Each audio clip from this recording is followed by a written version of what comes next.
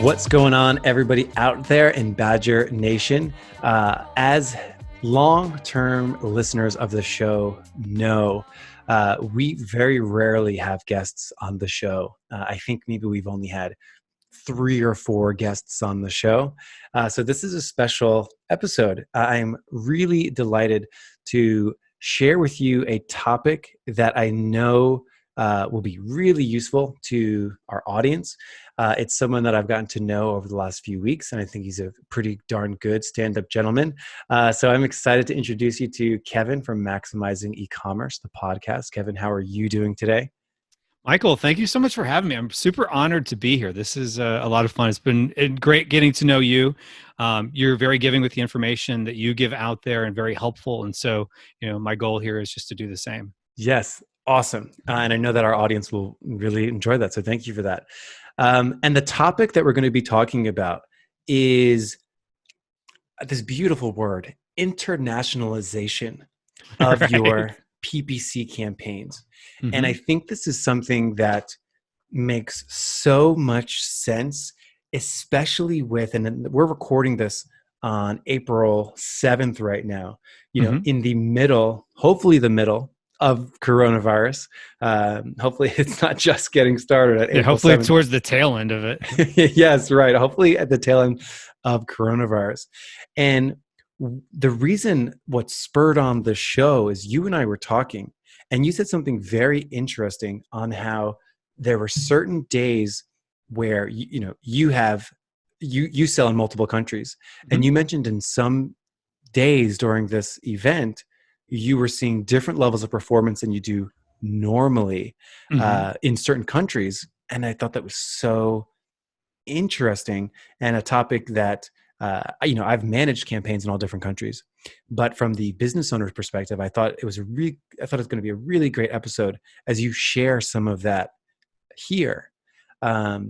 So what was that like, seeing sort of different levels of performance with coronavirus happening, seeing the different countries behave almost independently of one another?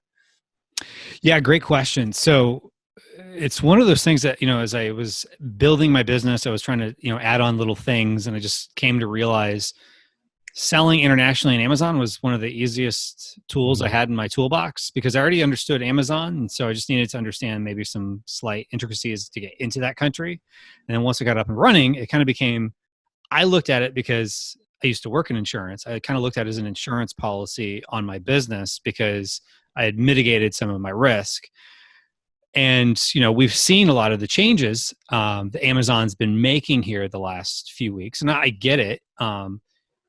Things happen outside of our control. Things happen outside of Amazon's control. And everybody's trying to adapt to it. And one of the things that's happened is, if you're selling non-essential items, which a lot of private label sellers are selling things that are non-essential from at least Amazon's perspective. Maybe we view that it's something people really need. But from Amazon's perspective, it was non-essential. So we're seeing things like you can't ship certain products into Amazon's warehouse, or where did my Prime badge go? And if somebody tries to buy your product, it'll say it'll take 30 days to arrive, even if it takes only 3 days to arrive. So we're seeing all those things that are affecting sales. On top of the fact, you got people that aren't working, that are just nervous, they're not sure what to do.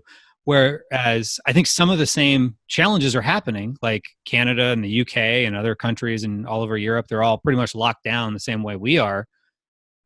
But Amazon didn't seem to have the same challenges with toilet paper flying off the shelves, like, so to speak, as we saw here. So my Prime badges stayed on in Canada as of just yesterday when I checked it. They were still there. UK, they were still there. So I think that was helping things. And I think, and this is just my theory, Amazon doesn't seem to have the same challenges within those countries also with workers. So they don't seem to be, they have had some in some of those countries where maybe you couldn't send in certain items, but as far as like once the item's in the warehouse, it seems like it was no problem getting it to the customer, and then customers seem to be more willing to spend than they were in the US. At least that was my perception. And so I was seeing, to your point, some days where I was selling more outside of the US than I was in the US, which, I mean, that's unheard of. Right.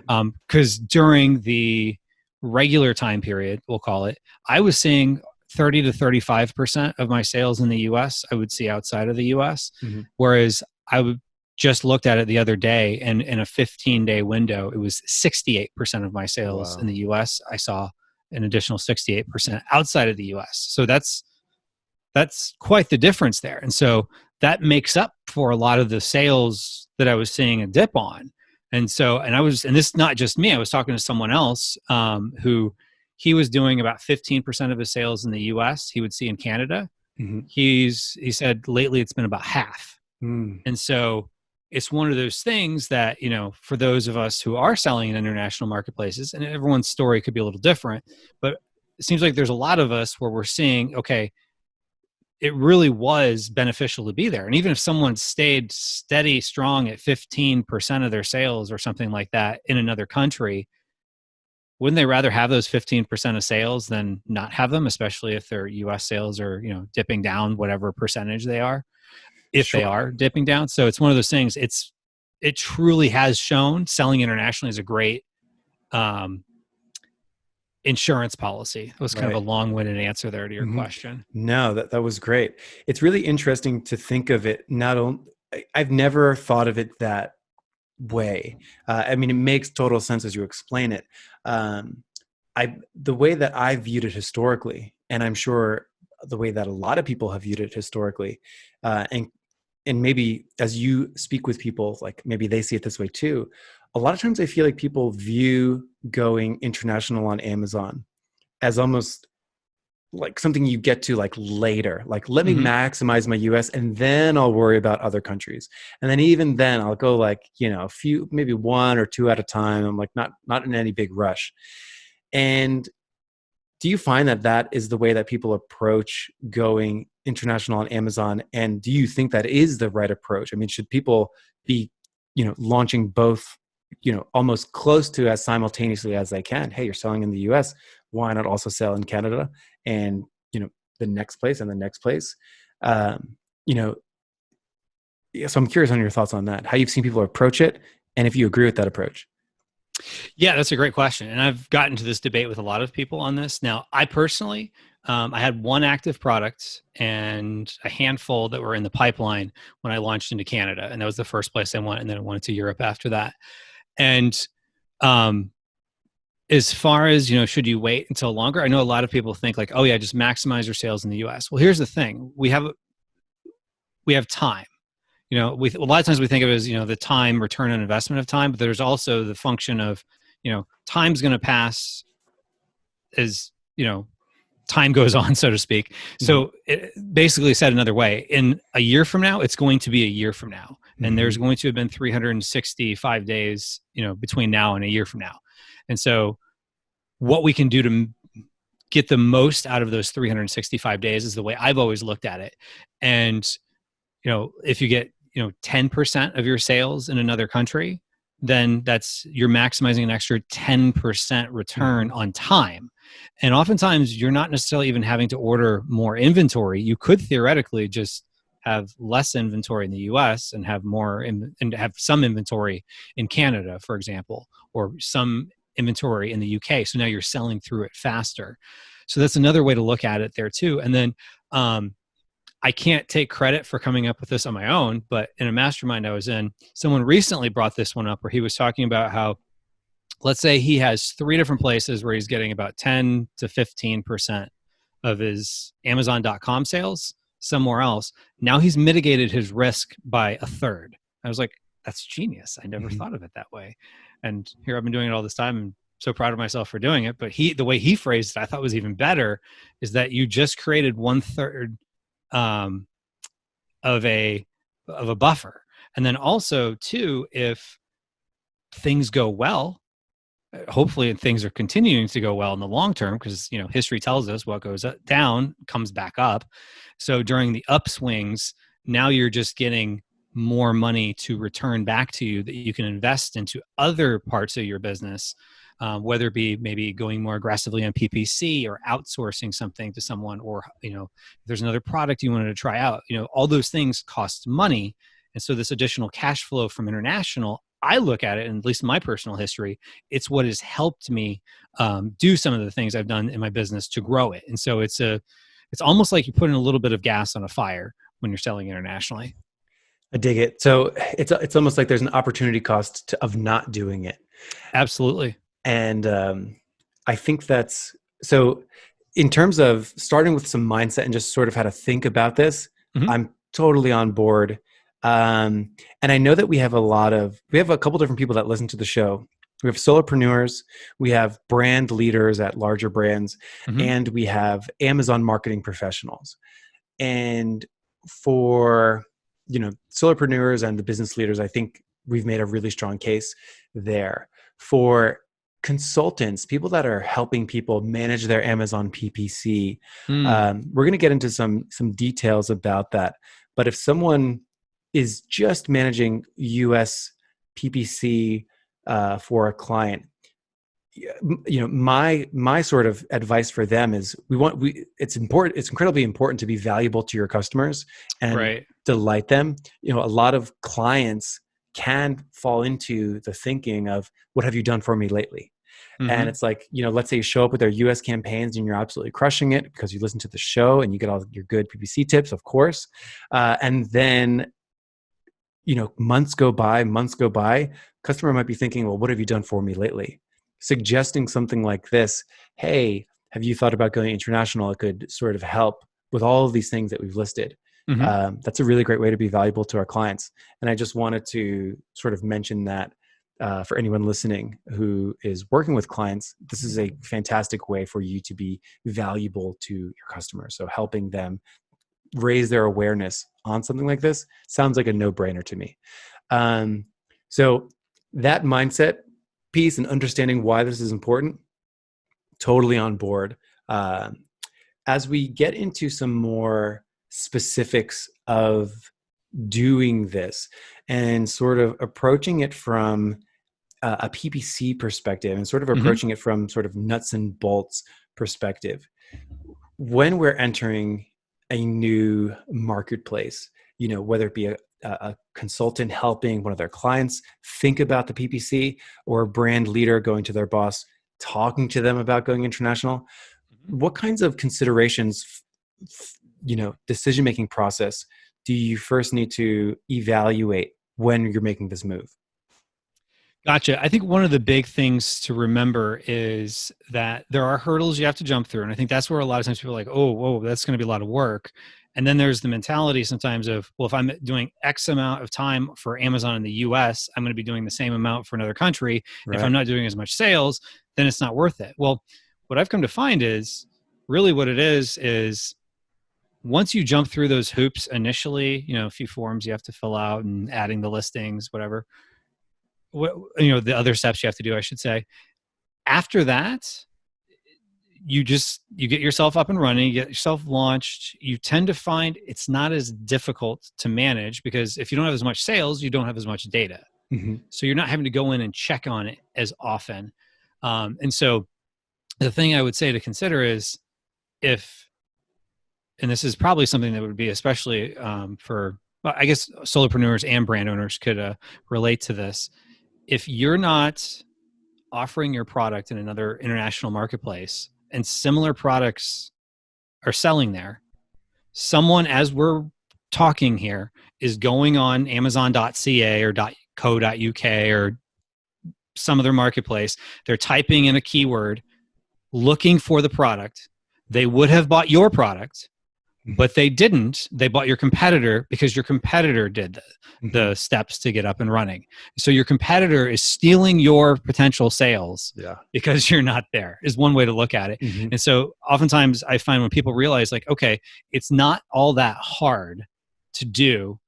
And once they get up and running, it's not that hard to manage. Mm-hmm. And because you already have learned Amazon. And so oftentimes what people will do is they'll say, well, I need to mitigate my risk. I'm going to go figure out Walmart. I'm going to go figure out how to run traffic to my Shopify store.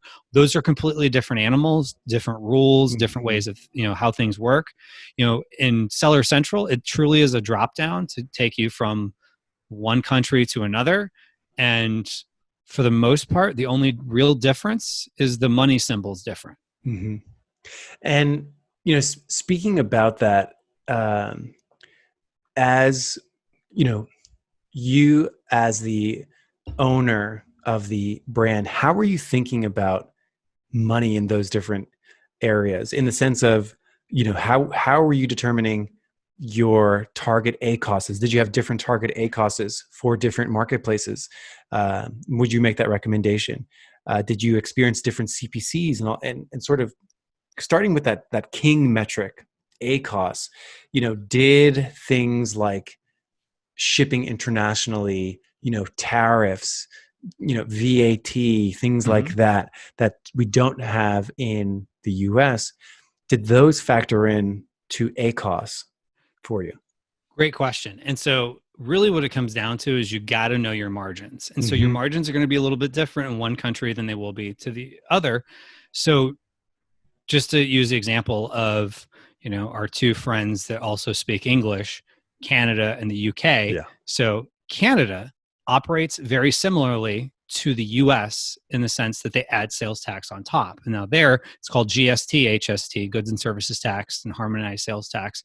And basically, for most people, what they're going to be doing is filing once a year to the federal government, which makes it actually pretty simple. And it's added on top of the selling price. So basically, you're just taking money that the Amazon gives you from the customer, and then it doesn't affect your margins. You're just giving it off. And the nice thing there too is there's some things that you're going to have to pay at the border. You are going to have to pay some duties and things like that. But one of the duties you pay is GST, and that's basically their sales tax, and you're paying sales tax at the border. And then there's a couple other things you pay GST on over the course of selling in Canada. And basically, whatever you collect from customers, you subtract, and then you pay the rest to the Canadian government. So that means really your customer is paying for some of those other costs. So it makes things a lot simpler because you're not including sales tax in the price. Now, when we go into the UK, it's different. So to use a US analogy, let's say you're at a stadium and you're buying a beer and the person says it's $12. You give them a 20. How much are they giving you back? $8, because they want to keep it very simple. So that $12 is just really $12, but it's not really $12. It's whatever you would have paid if you're at the grocery store and then you add on the sales tax and then it equaled out to $12. That's what it is. Well, in the UK, everything operates like that. So you could get a scary bill in the end and come to realize you owe the UK government a lot of money if you didn't account for VAT. And there's a couple different ways you can think about it. So to use the example of if something is, let's say, 12 pounds, their version of, currency, because you do have to remember every country has its own currency. So really what it is if you're selling something for 12 pounds, you're really selling it for 10 pounds plus 2 pounds of VAT, because their VAT is 20%. Now, somebody might think, wait, the math seems weird. Really, your selling price is 120%. So it's 1/6 of what your advertised price is for VAT. Now, you get credits and things of that nature, kind of like with Canada, and you pay stuff at the border, and you can subtract that out. But one of the things I like to do to keep it simple is, disclaimer, I'm not a tax professional, so talk to a tax professional. But there's something there that a lot of people would be potentially eligible for called the flat rate scheme. And if you're an online retailer, you don't have to worry about credits. You just pay 7.5% of your sales. And actually for the first year that you're on the flat rate scheme, it's 6.5%. But just talk to a tax professional and make sure you do it right. Of course. Because that's an easy one to mess up. But on the back end, it makes filings and keeping track of it much simpler. So the big thing there is with your margins, know your margins. To your point, know what you're paying at the border. It might be a little bit extra. Know what people are willing to pay in countries. Canada, people are willing to pay a little bit extra because the big cities in Canada are expensive, and when people live out in the boondocks, they might be an hour away from a general store Hmm. with like 1,000 products. So Yeah. for Amazon to just bring stuff to them is a godsend. Hmm. Whereas in UK, it's not quite that way. I have a quick follow-up question, Sure. um, which is, does Amazon provide any guidance, going through that process for people listening and they're going to, start the process on going to Canada and the UK, English-speaking countries? People starting that process, does Amazon provide any guidance, or how did you learn all these things? Yeah, that's a great question. So Amazon has a lot of great guidance. You do have to kind of, um, you have to spend a lot of time and energy Mhm. doing it. I think what prevents a lot of people from taking the time to do it is just because you do have to spend a little bit of time researching it. But Right. when you find Amazon does have good guidance that you can find to be pretty reliable. And I think even more so when you go into the UK, because everyone's so afraid of the word VAT. Well, they actually have, and it's kind of hard to find. We'll see if I can find the link and send it to you if you want to include it in the show notes, where it's the accounting firm KPMG, like one of the big four accounting firms. They have, I think they call it a VAT interview. And so you describe your situation, like, or what country are you located in? Are you in an EU country or outside the EU? Where are you storing goods? Where are you importing into? Um, where are your sales above certain numbers in certain countries, and then it tells you where you would need to be VAT registered. So you can kind of get a sense of, in that regard, what you need to be registered there. So Amazon does have some tools and resources, and I think if you're willing to spend the time, and I've got some other resources I can help people with as well, but the gist of it is the information's out there. And one of the things that people oftentimes don't want to do is, I'm holding up a phone here, pick up the phone, Wow. call the Canadian Revenue Agency or the HMRC, which is like the IRS of the UK, and just ask questions. They're Hmm. there to help you. They're not going to yell at you. They're actually really nice, and they'll help answer your basic questions of what Yes, you need that's to do. That's awesome. I'm reminded of a story of a question that I see all the time beginning business people make, that are, starting a company. A common Hmm. question that people ask all the time is like, should I be an LLC? Should I be an S corp? Should I be a C corp? Like, what's the difference between all these things? Right. And like, yeah, at first it's like, wow, like so many options, but after, like, you need to know all these things anyway, and then afterwards you never have that question again. And it's Right. like a little upfront work, but like now if somebody asks that, it's like pretty instant that like the answer for them, or like you're able to ask like two questions and figure it out for them. So that makes total sense to me. Also, as you were talking, I had this idea to, because we have a target ACOS calculator for people where they punch in Mm. their product cost, their all these different numbers to land on a target ACOS that they'd like in their Okay. PPC campaigns. And I feel like it would be worth it to have a target ACOS calculator that potentially factored in some of these potentially extra tariffs, duties that people Mm. might have to work with. Hmm. So yeah, pretty interesting calculations. And when I make that, I'll definitely pass it your way too Oh, please for do. the I'm once excited. over. Yeah, that sounds See if really good. all things are included in there. So when you like to take a campaign from one country to the next, how do you sort of how are you thinking about PPC as a cost center, as a revenue center, and strategizing to make that as efficient as possible? Yeah, one of the things to consider is, each country is its own thing. So in Mhm. Seller Central, there's a drop down to switch between countries. So you're not managing campaigns in the same campaign manager. They all kind of have their own campaign manager. Customers are going to a different domain, amazon.ca or to amazon.de or amazon.com.mx or wherever they're going. They're going to their own country and they're getting their own prime shipping, and they're getting their own currency by buying in their own country. So Amazon's really got them going into their own country, looking in their own world, so to speak.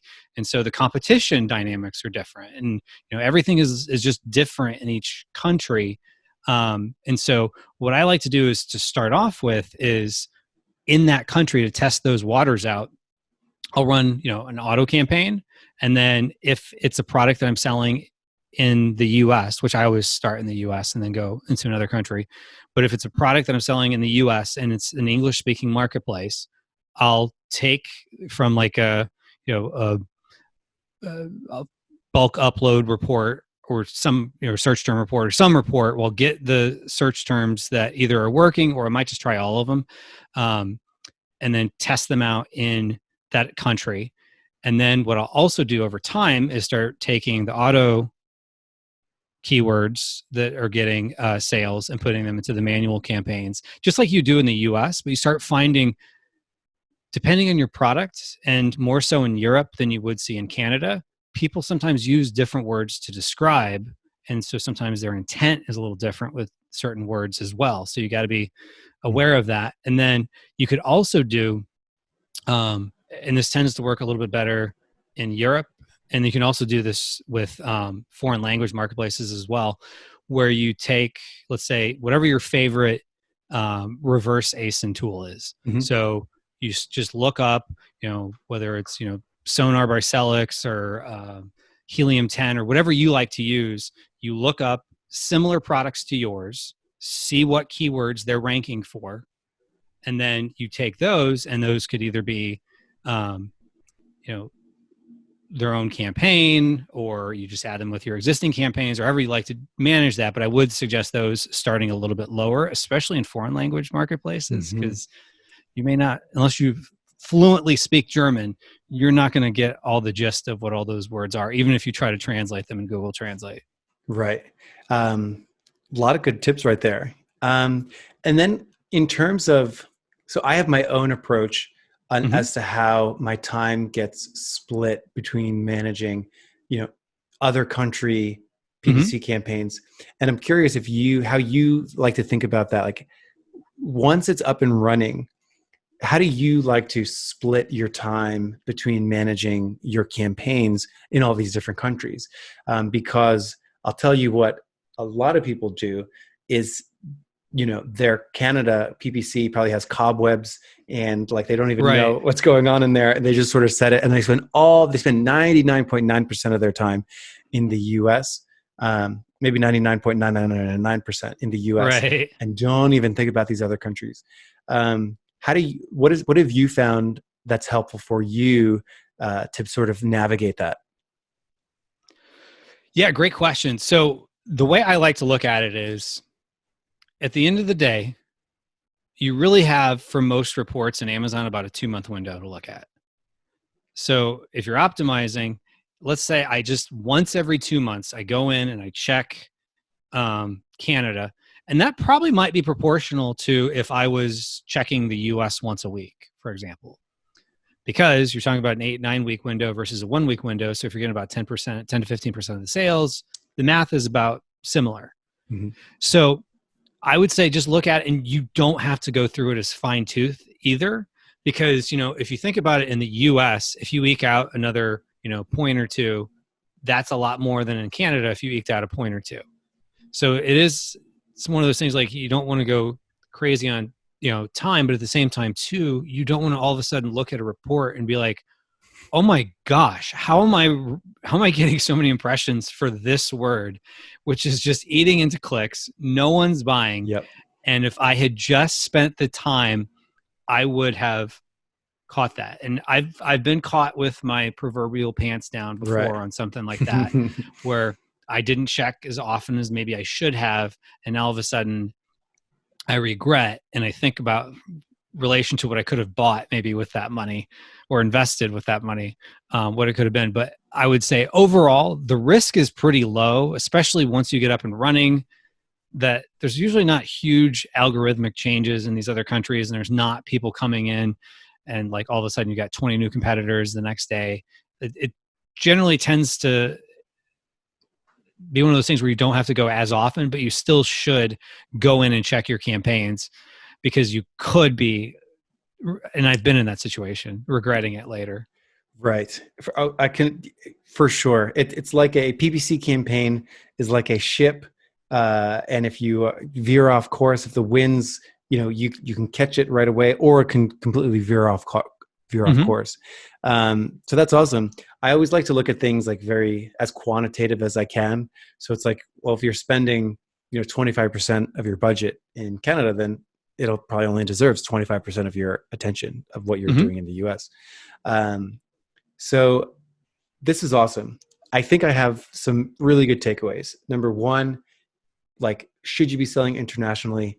Absolutely. It seems like such an opportunity cost if you're not, to have Right. every day go by where you could have had an extra 10, 15% of sales in normal times, and potentially in crisis times your risk is mitigated. I thought that was a really interesting point. um, a quick follow on that, and I don't know if you've given this any thought, or if you know anything about this, but if someone's listening to this in like mid-April, and like we're experiencing coronavirus right now, do you think there's any hope for them to start selling in Canada throughout this entire crazy thing that's happening? Well, right now, Canada, as we're recording this, because I literally I have a service where I do basically get people launched, Oh, cool. and I just had someone reach out to me like, "Hey, what's going on with that?" And I've right now the Canadian Revenue Agency seems to have moved some of their resources Right. internally to like I think they have their own stimulus package like we have in the US. So I Hmm. think they're focusing a lot of their effort on that. And so Right. it seems like they've pushed back some of that. But with that being said, they are very strict on with like registrations, for example, first in, first out. So even if they're not responding right now, if you at least fax, and I've had this happen before where we fax it in, we've got, because they actually use faxes there, we fax it in, and um, they're like, 3 weeks later say that they don't have it, but they'll give us the date that we sent it in if we could prove with a fax confirmation. Right. And they're pretty good about that. So I would say get in, save your fax confirmation. Um, and if you don't have fax, you can go, myfax.com, Right. efax.com. There's plenty. Some of them even give you like a free trial week or Cool. something. And so just do it to get the paperwork in. So I would say at least get in line, because, time's going to pass no matter what, like I was saying before. So, if it takes 4 to 6 weeks from the time they start working on it to get registered, let's just say, well, it's better to start that process Yeah. now, even if they're paused, than to wait later on. But then they've had all these other applications come Hmm. through, and now you're farther back in the line. So I Yes. would say if you have time and you're watching Netflix, you could be using that time for something that could be a fairly easy win for your business. Yes, couldn't agree more. I use the analogy, like, if you can go 1 mile an hour faster right now, it'll pay Mm-hmm. off so much, because coronavirus will eventually Yep. be a thing of the past. And like, we want to be moving as fast as we possibly can Mm-hmm. once it's over. Um, and it's true too. I mean, even the US is experiencing the same thing. We recently hired someone in Michigan, and like, you need to apply for unemployment insurance in everywhere you Mm. hire someone. And our application is just sitting there. And like, it's good. Like, we have documentation like, hey, we applied on this date. Like, our application is pending. It's probably not going to be moving as fast as it normally does. Mm-hmm. But still, like, we still did it. So that's good to hear. So definitely make that move. If you are working with clients, this seems like a really nice value add to suggest to them, to let them know that Mm-hmm. you have their best interests in mind. Um, Definitely factor in and take some time. And it seems like it's not even that difficult. You don't have to become an international tax, you know, expert. It seems like after a few hours understanding GST, VAT, people can get pretty competent at navigating Amazon, Mm-hmm. and how to handle that. And some considerations, use reverse ASINs to get some international keyword insight. Uh, all good stuff, in terms of like how to allocate time towards those things. All seems to make total sense. Um, did I miss anything? I feel like that's a lot of value packed in there. Yeah, it is a lot. I know people we kind of threw a fire hose at them, and there's a lot of what we're talking about really is more kind of the tactical of why do it, and then on the back end, how to manage the PPC part of it. If you're okay with it, if someone were to go to maximizingecommerce.com/badger, they can download a free checklist where I will walk them through the steps of how they can create their own little international empire. And then, the way I look at it is, for me, it's been one of those things where, I started in Canada, I went to Europe. From Europe, I should say to the UK. Then from the UK, I went into the rest of Europe. And then I'm now in also Japan and Australia, which Australia I look at as more of a long-term play. It's still developmental marketplace, but eventually it'll get there. And so you don't have to do everything all at once, but just start in one country and then go to the next one and go to the next one. And it could be a very good return on your time relative to other things you might do to grow your business. Since meeting you've been a giving person, and I think that's awesome. So if you listen to this episode and you liked what Kevin had to say, and go for it, like start a conversation with them and get international. With all that said, thank you so much, Kevin. People can find you at the Maximizing E-commerce podcast and at maximizingecommerce.com/badger. Thanks for putting maximizingecommerce.com/badger. Thank you so much for that. And until next time, everyone, I'll see you inside the Badger Den. Have a good one. Thanks.